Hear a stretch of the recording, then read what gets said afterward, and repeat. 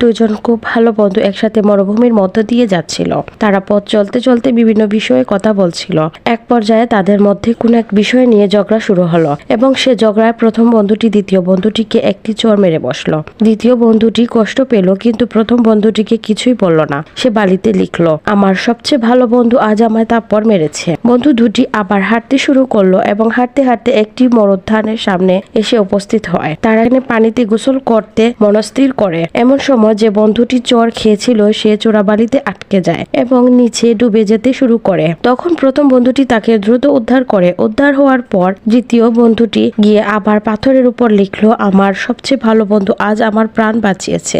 এটি দেখে প্রথম বন্ধুটি জিজ্ঞেস করলো, কিরে, যখন মারলাম তখন লিখলি বালিতে, আর বাঁচানোর পর লিখলি পাথরে, এর কারণ কি? তখন দ্বিতীয় বন্ধুটি উত্তর দিল, যখন আমাদের কেউ কষ্ট দেয় সেটা বালিতে লেখা উচিত, যাতে ভালোবাসা ও মায়ার বাতাস তা